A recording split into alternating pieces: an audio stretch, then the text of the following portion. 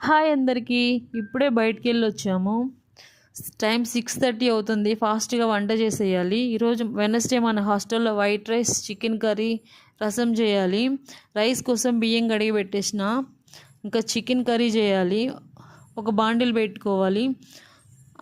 కావలసినంత నూనె పోసుకొని బిర్యానీ ఆకులు, యాలకులు, లవంగాలు, పచ్చిమిరపకాయ, ఉల్లిపాయ, కరివేపాకు వేసి బాగా వేయించుకోవాలి. తర్వాత అల్లం వెల్లుల్లి పేస్టు, టమాటాలు వేసి వేగిన తర్వాత పచ్చి కొబ్బరి, పల్లీలు, టమాటాలు మిక్సీ పట్టుకున్న పేస్ట్ను అందులో వేసి కావలసినంత వాటర్ పోసి పసుపు, కారం, ఉప్పు వేసి బాగా ఉడకనివ్వాలి.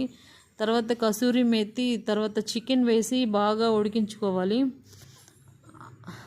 లాస్ట్లో కొంచెం కరివేపాకు చల్లుకుంటే చికెన్ కర్రీ రెడీ అయిపోతుంది. మా ఛానల్ నచ్చితే సబ్స్క్రైబ్ చేయండి, సపోర్ట్ చేయండి ప్లీజ్.